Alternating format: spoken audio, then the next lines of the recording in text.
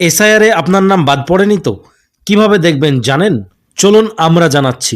ইতিমধ্যেই এসআইআর এর খসড়া তালিকা প্রকাশ হয়ে গিয়েছে অফলাইনে, কিন্তু অনলাইনে জানার জন্য অপেক্ষা করতে হয়েছে 12টা পর্যন্ত।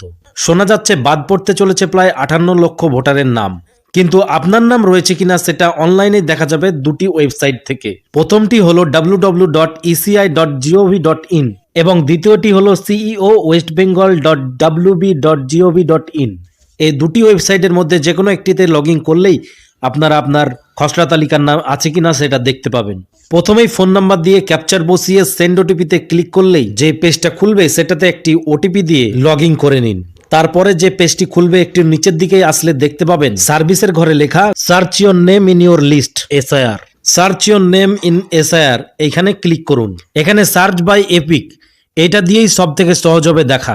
নিচে এখানে আপনার এপিক নম্বরটি দিয়ে দেবেন, তারপর এখানে আপনার স্টেট দিয়ে ক্যাপচার দিয়ে সার্চ করলেই দেখতে পাবেন আপনার নাম আছে কি না। যদি থাকে তাহলে পুরো ডিটেলস চলে আসবে, আর যদি নাম না থাকে তাহলে নো রেকর্ড ফাউন্ড দেখাবে।